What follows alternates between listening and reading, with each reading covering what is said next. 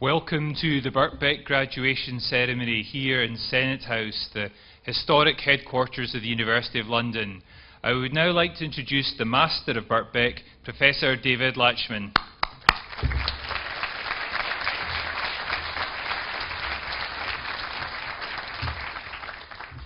Welcome to this graduation ceremony in which, above all, we celebrate the achievements of you, our graduates. There may have been times along the way when juggling your work, your family, and your studies all seemed a bit too much, when that next essay just seemed to be an insurmountable mountain. But you climbed it, you got to the top, and you are graduating today. And by graduating today, of course, you join the community of Bickbeck graduates, a community which by and large has studied in a way that requires much more commitment than conventional university study, working, studying in the evening, and so on. Equally, you've graduated from a research-intensive institution, an institution which delivers the 5th highest number of master's degrees to UK students across the whole of the country. But you're also graduating from the University of London, in whose headquarters building we are holding this graduation. It's 99 years since Bickbeck joined the University of London in 1920, and we will celebrate that next year. And that means that your degree is of equal value, perhaps higher value, than the degrees obtained at the prestigious colleges of the university like UCL or King's or the LSE, where students study full-time during the day. The admission of Bickbeck to the university was not an uncontroversial one. King's and the LSE said that they would agree to the admission of Bickbeck, provided that Bickbeck offered low-level preliminary courses only, which would allow the students to graduate and move on to the wonders of King's and the LSE and the other colleges. My predecessor at that time, Professor Armitage Smith, fought long and hard to ensure that Bickbeck was admitted to the university on equal terms, that Bickbeck was admitted in a way that our degrees are valued in the same way as the degrees of all the other colleges. And today we have an obligation to continue that tradition, to ensure that anyone who can benefit from studying at Bickbeck is able to do so. That is why we have introduced the option of a foundation year prior to an undergraduate degree, to allow those who are perhaps not quite ready for an undergraduate degree to do further studies before they take on the undergraduate degree.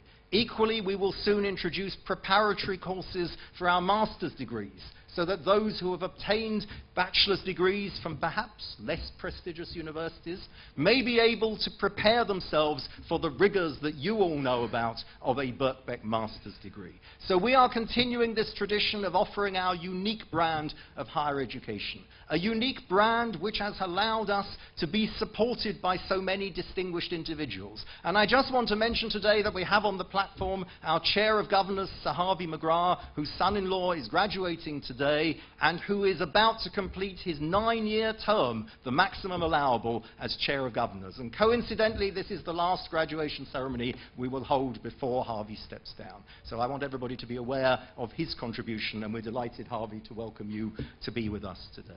Equally, we ask of you, our graduates, that you remain associated with us, that you become part of the Bickbeck family. If you join our alumni society, you will receive this magnificent recyclable mug. I'm afraid we've lost it during the week. You're the last ceremony. We've actually given away all the China ones, so you'll have to make do with the recyclable one. But I understand that you get a discount in Costa if you take this in and get them to put your coffee in it. So that's a good thing. Equally, of course, we might ask you for money in the future. As graduates from our School of Business, Economics and Informatics, your earning capacity is unparalleled, and clearly you will wish to return some of this to the college. But perhaps more importantly than that, I want you to be advocates for Bickbeck. I want you to go out and tell your friends, tell your colleagues, tell your workmates, and any politicians that you can find and get off the subject of Europe, tell them about how excellent Bickbeck is. Because I spend a lot of my time visiting politicians, both in government and in opposition. And uniformly, they say to me, David, what you're doing, Birkbeck, is so wonderful. It's magnificent. It's the way of the future. It's lifelong learning. It's everything we could want. And as you go out, within 15 seconds before you're out of the door, they have reverted to their image of higher education as 18-year-olds wearing a college scarf and studying full-time, probably an Oxford and Cambridge scarf in the case of most politicians and civil servants. So we need to break this, because we have a system which is not fit for purpose. The purpose many years ago, where you were 18 years old, a few people went to university, everybody got a job at 18, 20, 21, you worked for 40 years, you retired, you took your pension, you got your gold watch or your clock. That is no longer the system. We know that everything is about flexibility. Those of you in IT know how fast things develop, how you need to keep up and continue to study, continue to know what's going on. And yet our educational system is predicated on this old model of work. We need to change that model. Meanwhile, of course, today is not about fundraising. Today is not about your advocacy for Birkbeck. Today is about celebrating your achievements. And I'm going to finish by asking for 3 rounds of applause to celebrate the partnership that has brought you here today. First of all, I'm going to ask our graduates and the relatives and friends to join me in applauding the staff of Birkbeck as represented on the platform. And because this is the 7th of our 7 ceremonies today, to also include in that round of applause our excellent staff who have ensured that the graduation ceremonies so far have run smoothly, and I'm taking a chance on it will continue to do so today. So please join me in a round of applause for the staff of Birkbeck.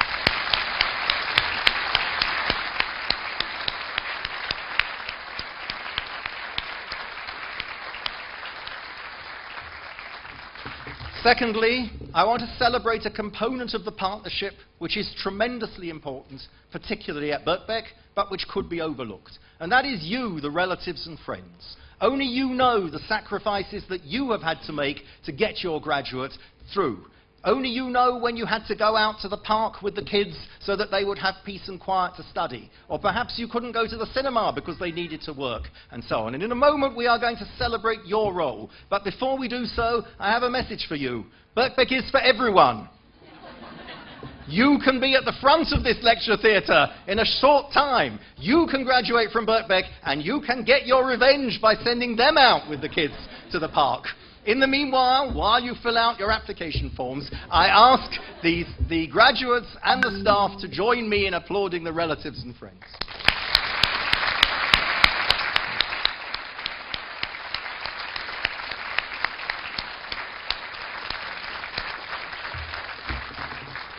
Finally, and most importantly, as I said at the beginning, today is about you, our graduates.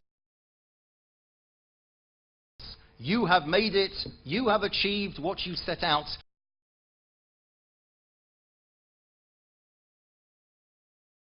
to achieve. You have joined the 99-year history of Birkbeck of University of London graduates.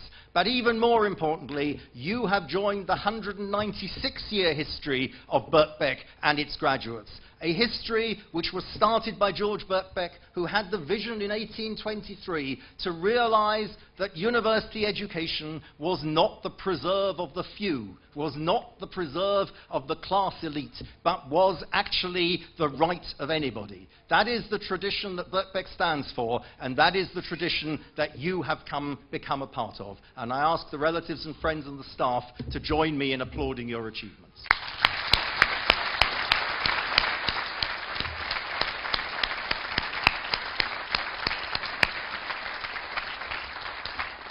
Thank you, and enjoy the graduation ceremony.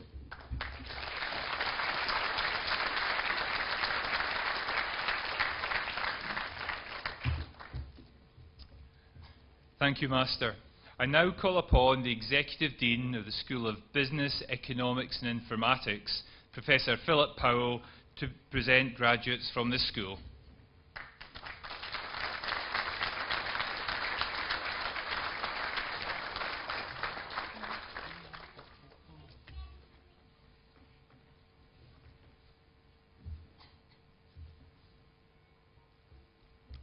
Master, President and distinguished guests, I present the following graduates from the School of Business, Economics and Informatics. PG Cert Coaching, Laura Chandlers.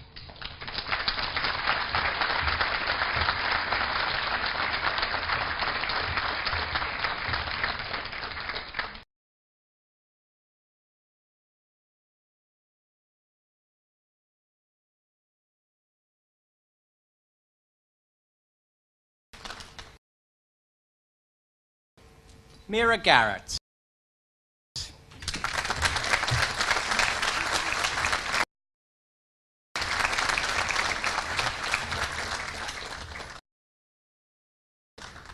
Catherine Higgs.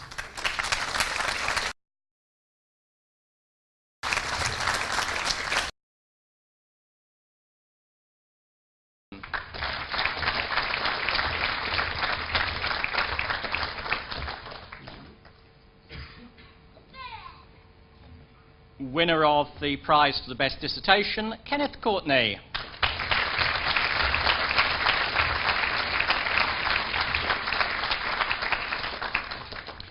Rachel Tennant.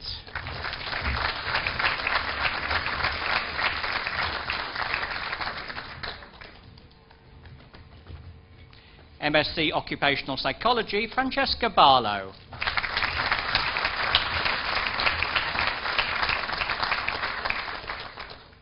Roberto Bonanomi.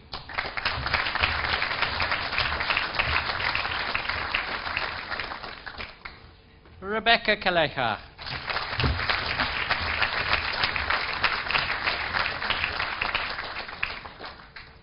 Po Fan Cheng.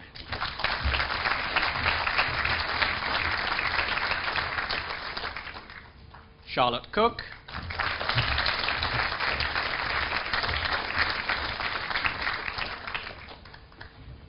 Emily Cox.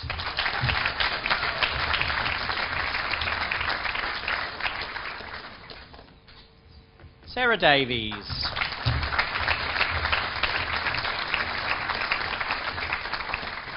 Catherine Davis.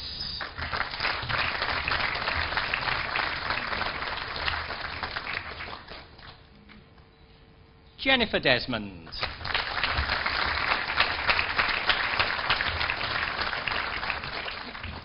Fiona Falkingham.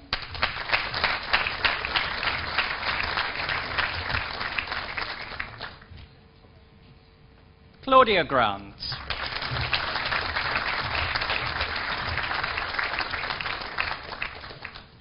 Elizabeth Hay.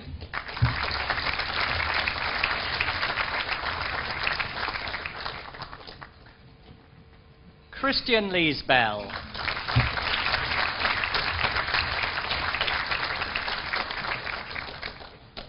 Ying Hong Lim.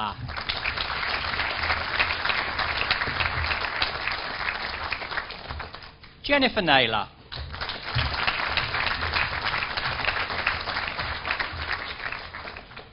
Mirostava Osagova.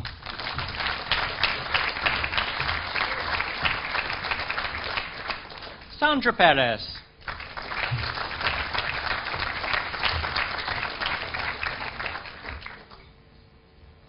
Stephen Pynchon.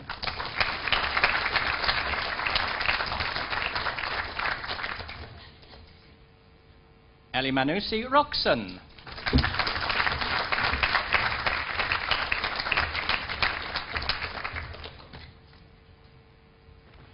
Gabriella Roos.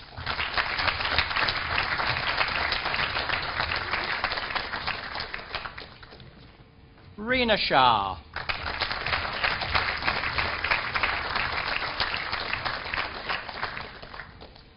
Rianne Sylvie.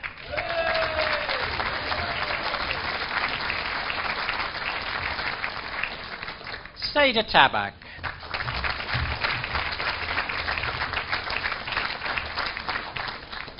Sasha Tate.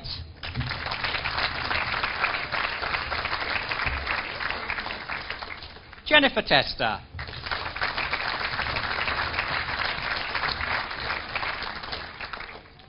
Taylor Thompson.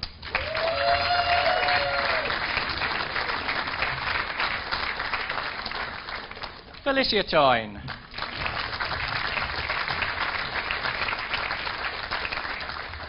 Anna Laura Trivillato.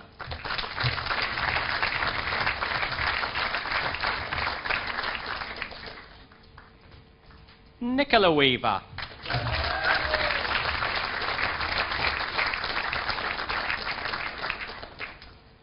Fernanda Xavier Zanotta.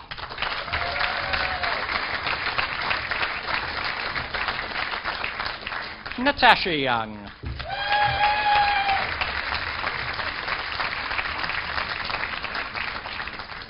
PG Cert Occupational Psychology, Bradley Gordon Cornett.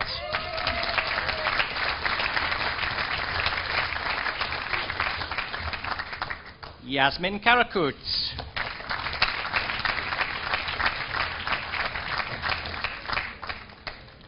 MSc Organisational Behaviour, Gulsin Berkel Erem.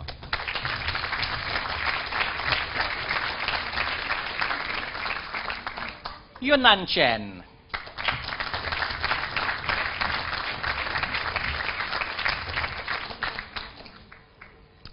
Jodie Cole.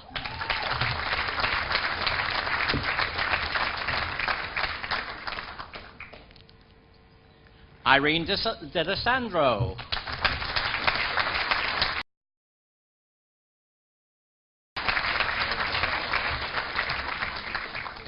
Stephanie Godbold.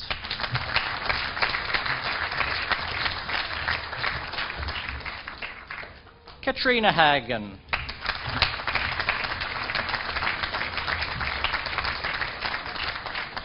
Nicola Haynes.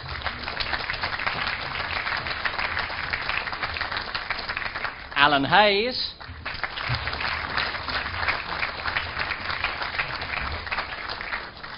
Carl Hewitt.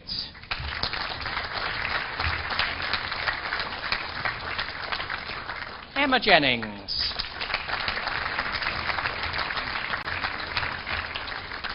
Terence Joe.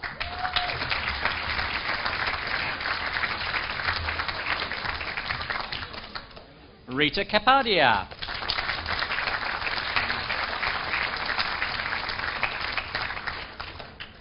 Sally Lyons.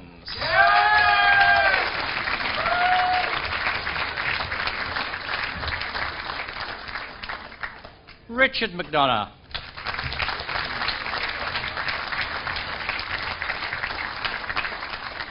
Charlotte Reish.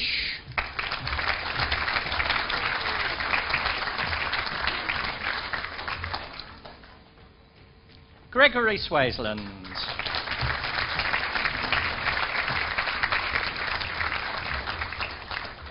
Natalia Ubidu Domingo.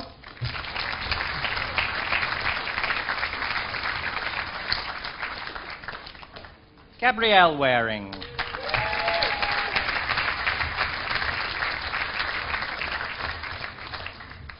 Faith Williams.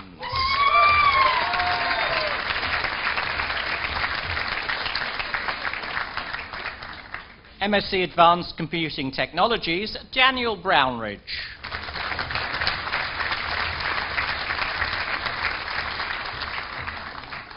Barry Meehan.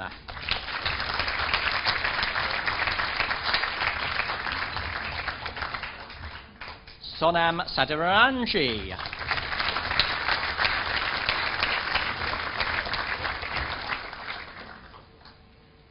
Fatos Sukjani.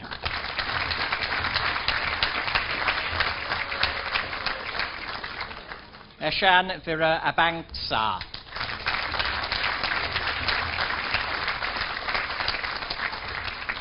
Harry Haran Thatcheram.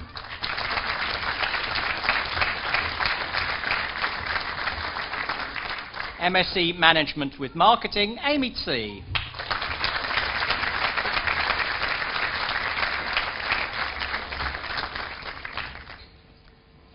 This concludes the first half of the presentation of graduates from the School of Business, Economics and Informatics.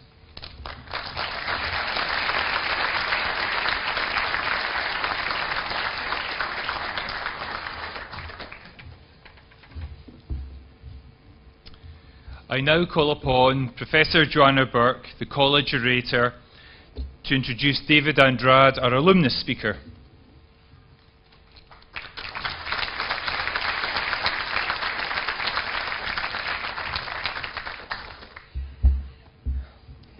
Master, President, distinguished Governor, graduates and graduands, guests and colleagues.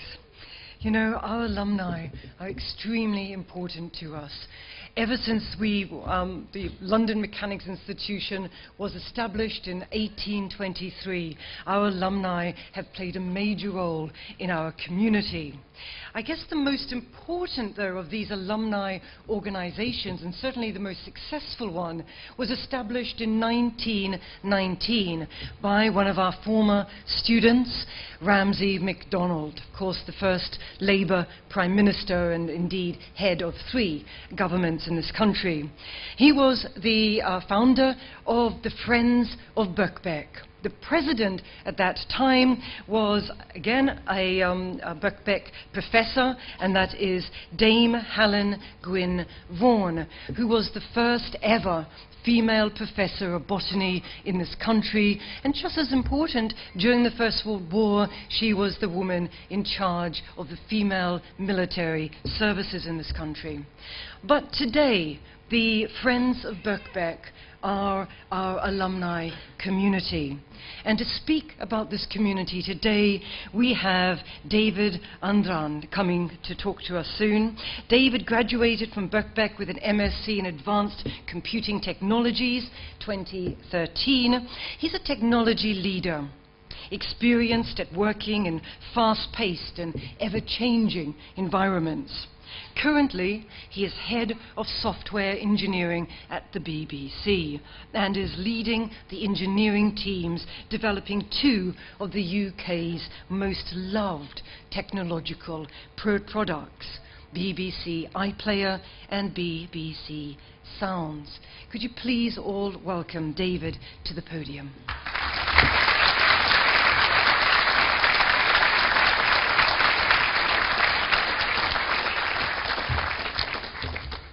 Hi everyone.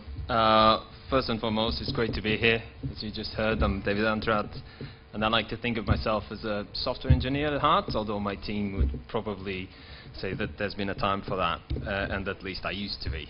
I am, however, an alumni from the Computing Technologies degree here, and I'm currently working as head of engineering at the BBC.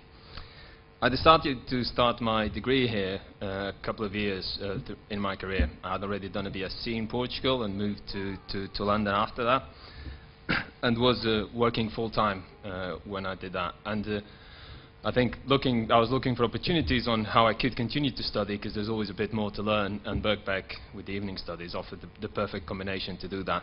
I'm sure most of you or some of you have been through a similar experience. The investment required, especially if you're starting out in your career, is quite significant. Yes, there's fees to pay, but I would argue that that's the easier part to justify. Not having weekends, or having long evenings after you've had a long day of work. Yes, I was one of those that was always late for classes. I apologize. Sitting at the back and pretending that you have been there since the start. But when I look back, I feel that I've not only acquired new technical skills and met great people during my time at Bickbeck. I feel that the things that it helped me the most with was to foster my resilience my resilience and my drive, the ability to push myself a little bit further, to believe that I could do a little bit more than just do my job and believe that that was it for the rest of my career. So this for you, I believe it's either the start of your learning journey or at least another stage, but definitely not the last. I think that more than ever before, we live in a world where we have to continue to learn every day and develop new skills, whether by coming back to Bickbeck or doing something else. It's definitely, and I know this sounds a bit cheesy, it's definitely a journey, and it's definitely a journey and not a destination, your learning process. So please have that in mind. And while you're at it, obviously, it is going to be tough, like it is studying and working at the same time, so do enjoy the ride. But now that you've graduated, you'll very likely go on to new adventures, even within the same job or moving on to new jobs. So remember 2 things. First, remember why you've started this. Why you've started this journey, why you've done it, because your why is what's going to keep you going through the lows, as I'm sure it has throughout the degree, and it will continue with you as you go throughout your career. And secondly, remember all the efforts. You've put in the work to study and probably have a job at the same time. And that's not something that everyone can cope with, or do successfully at least. It takes a lot of effort, and that's very likely one of your biggest competitive advantages in the job market. But before you go on that journey, make sure you celebrate this, enjoy the moment, enjoy today. And I'm very glad to have been a part of it, so thank you for having me, and congratulations.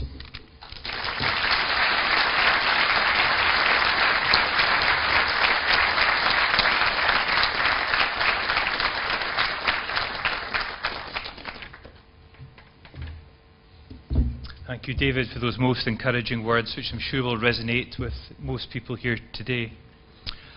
I now call upon the Executive Dean of the School of Business, Economics and Informatics, Professor Philip Powell, to continue to present the graduates from this school.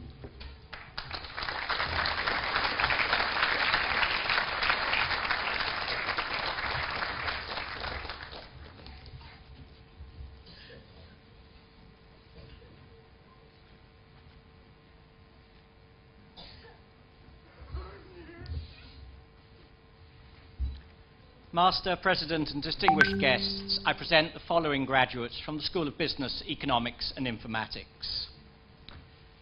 PG Cert Cloud and Data Technologies, Benjamin Timbrell.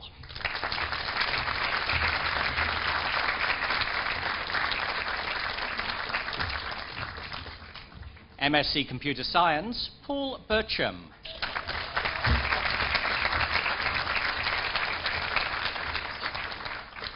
Pavlos Butkachevis.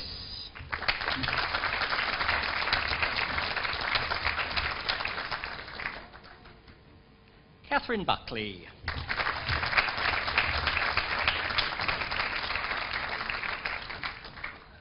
Yulia Dirlecki.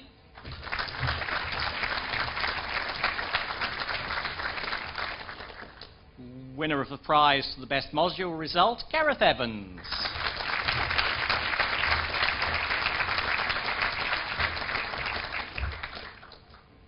Michelle Fasolino.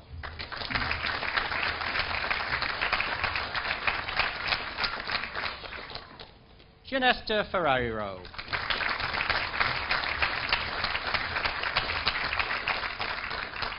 Robert Gates.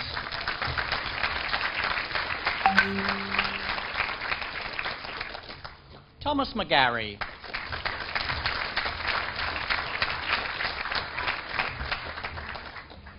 Laurent Mignot.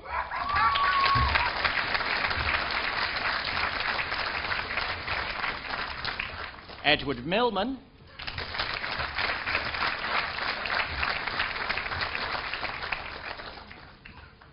Matthew Ralph.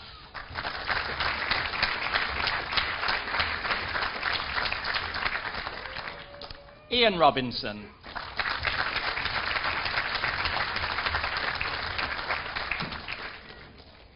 Damanjit Singh.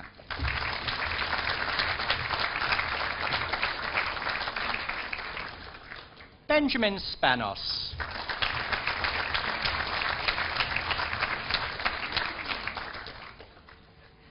Hannah Spencer.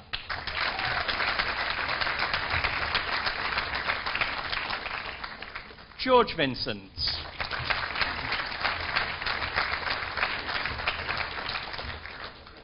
Sarah Vincent.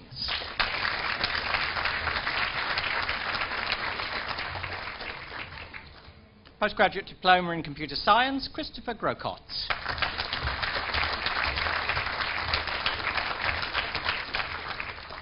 BSc Honours Computing, Christopher Fleming.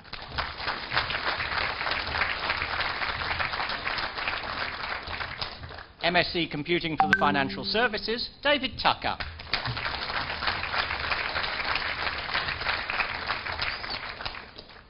MSc Data Analytics, Mark Billines.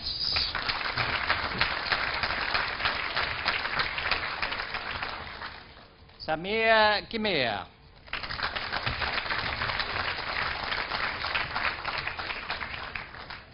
Juan Ginzo Badin.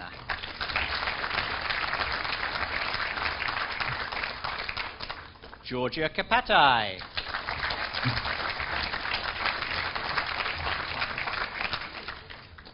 Tiago Trevisan Almeida con Zagatti.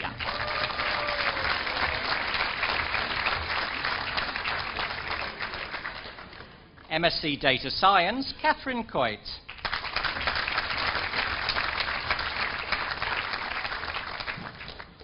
Katie Davidson.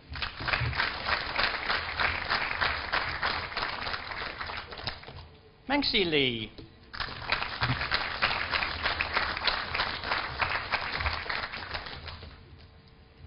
Henry Maguire.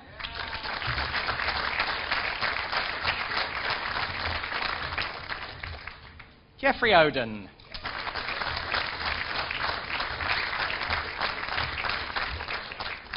MSc Information Systems and Management, Adeola Adejuma.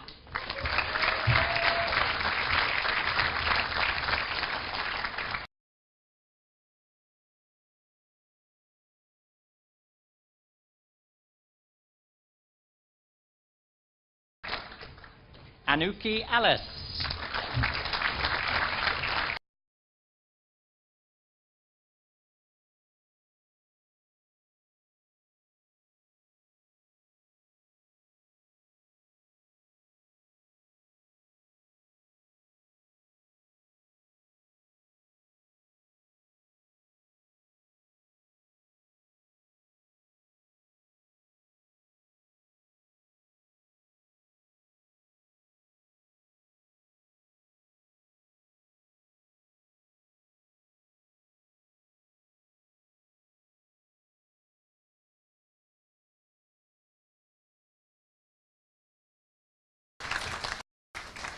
Alina. Thomas Sampson.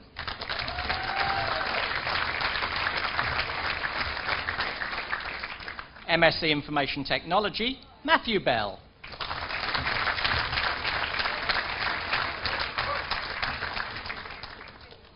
Philip Edwards.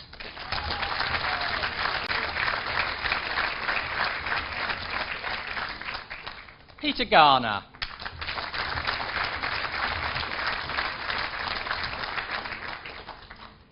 Lucy Gaunt.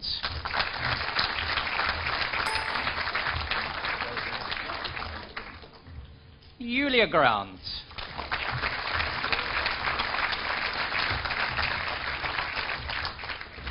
Lyndon Joseph.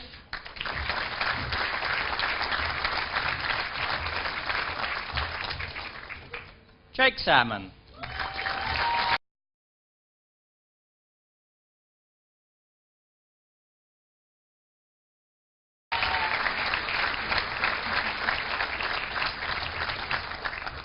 Demosthenis Vardoukakis.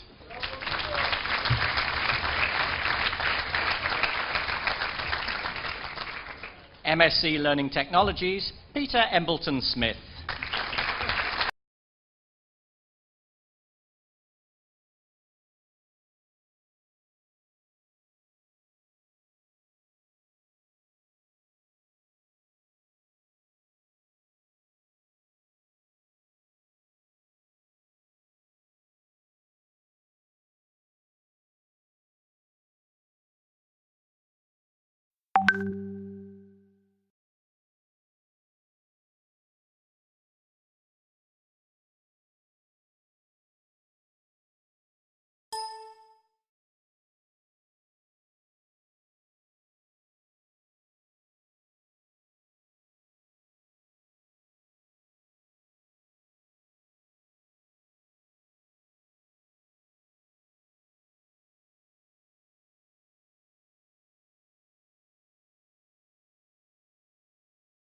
Conflict perspectives in their management.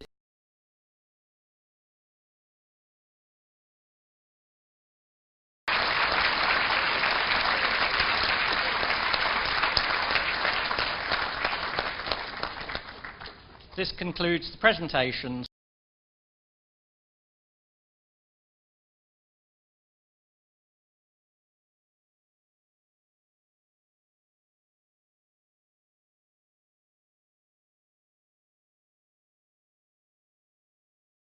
From the School of Business, Economics and Informatics.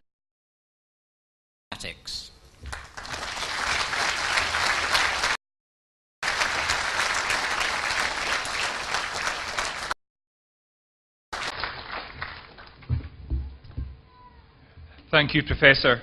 I now call upon the President of Birkbeck, Baroness Joan Bakewell.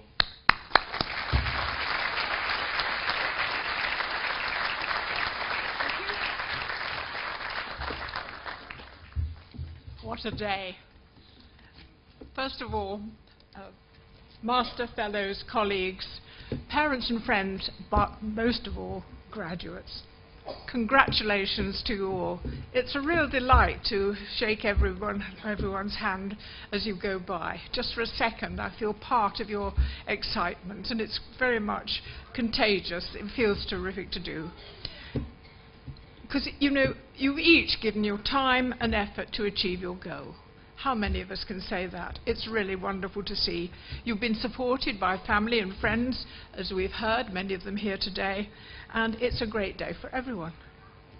It's the sort of achievement that would indeed have rejoiced the heart of George Bickbeck, who, as we know, as long ago as 1823, only 8 years after the Battle of Waterloo, and it had inspired the idea of asking that working people, whether, if they would like to study, would they come along to a pub, Crown and Anchor pub in Fleet Street, I think there's still a plaque there somewhere, to declare their interest. 2,000 people turned up at that time. If you think what working lives must have been like, what the conditions, what the housing, what family situations must be, 2,000 people wanted the right to study. And they would, like you, have found time in their daily round, making that extra effort to get there, unaware that they were pioneering something that would, over the decades, transform the lives of so many. Your being here today makes you heirs of that pioneering spirit. More than that, you're anticipating the shape of things to come. I'll explain why. You will know from the lives that you lead already that the world of work is changing. We've already heard the Master comment on that, and it's changing in so many different ways. I grew up in a world where you work for the same employer most of your life, one job, you had a weekly wage, fixed paid holidays, a pension at the end, and those patterns no longer apply. Incidentally, there was no maternity leave whatsoever. So that's all gone, and it's not coming back. Instead, we have the gig economy, portfolio careers, freelance work. I've been freelance for a good 20 years of my career. And people move on from decade to decade to different employers. Businesses close down, others merge. Nothing is fixed for the long-term future. Now, that would once have seemed profoundly unsettling, and to many it still is.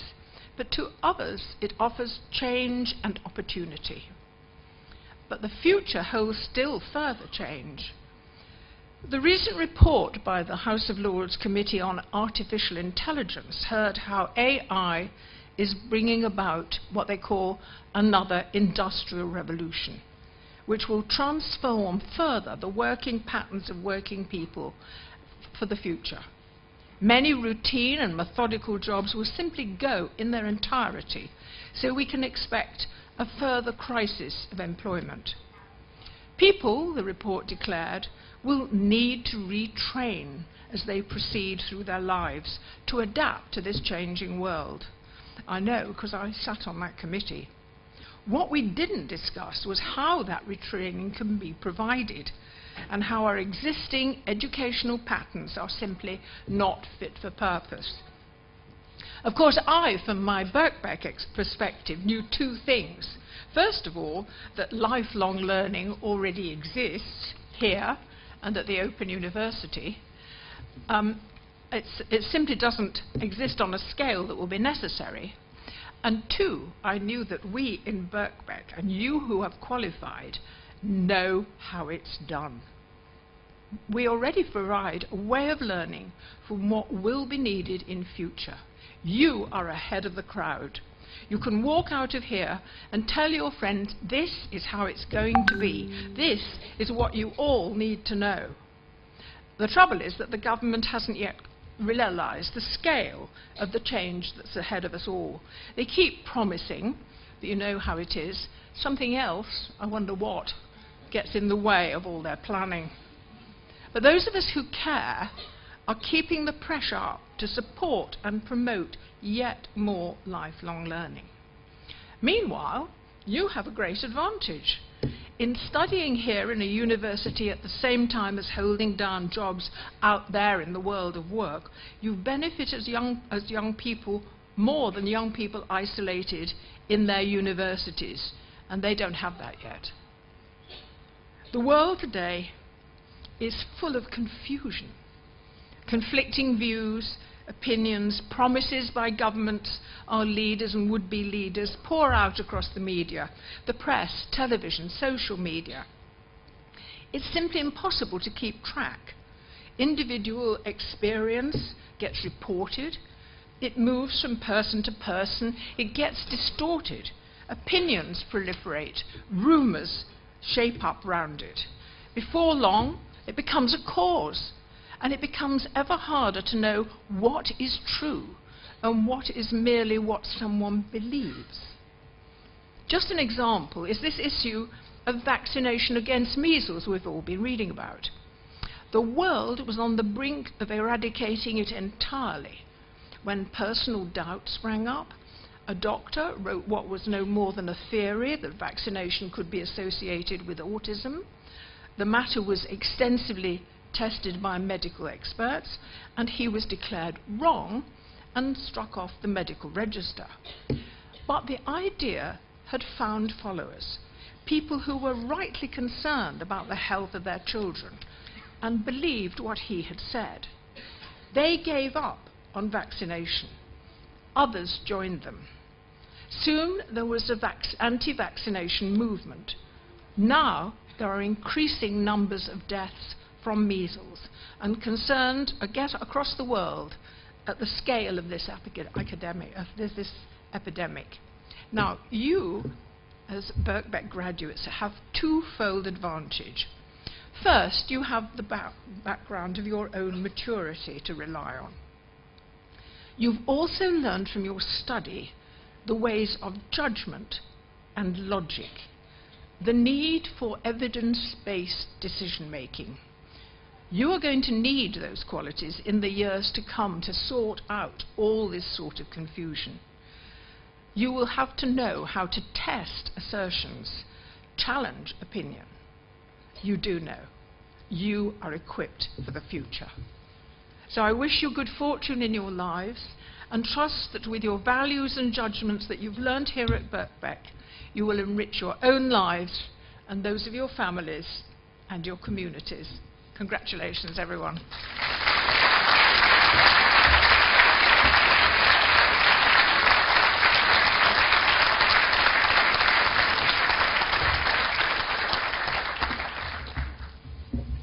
Thank you, Baroness. I now call upon Nicholas Baker from the Students' Union to give the closing oration.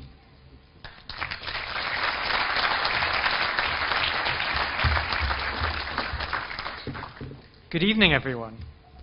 Well done. You've done it. You've graduated from Bickbeck. We were hoping to be the first to say just how proud we were of you, but Joanne has beat us to it. And we'd also like to say congratulations on having an evening graduations. It's the most Bickbeckian graduation possible. Getting through university isn't an easy task to do. You've no doubt faced difficulty, heartbreak, and a few nights when you thought you might just give it all up. But you've persevered, and here you are today. Your success is a testament to your ability to navigate the various variables of your lives. The scientists in the room will know variables as the nuances that can determine a multitude of actions, varying the probability of finding a significant result. In this instance, the significant result is your academic accomplishment, and the variables are your backgrounds and your reasons for coming here. You may have come to invest in your career prospects, to explore future options, or simply for the love of learning. We know Bickbeck has more variables than most. From part-timers to full-timers, parents to workers, the ambitious to the curious. Bickbeck has found a place for you all. Whatever your reasons for coming here, and despite whatever adversity you have faced, you have shown yourselves to be scholars all. So please, join us in not just celebrating your success, but in the diversity of those who've succeeded. Bickbeck was founded nearly 200 years ago on the premise that wherever we are in life, no matter the adversity we face, we can still learn, we can still teach, and we can still be an inspiration in others' lives. You're an inspiration to me and to other future graduates, and we hope we provided you with the skills, the training, and the self-belief to stand proud, uplift others, and continue this legacy of transforming lives. So soar high and fly safe, fellow owls. Thank you.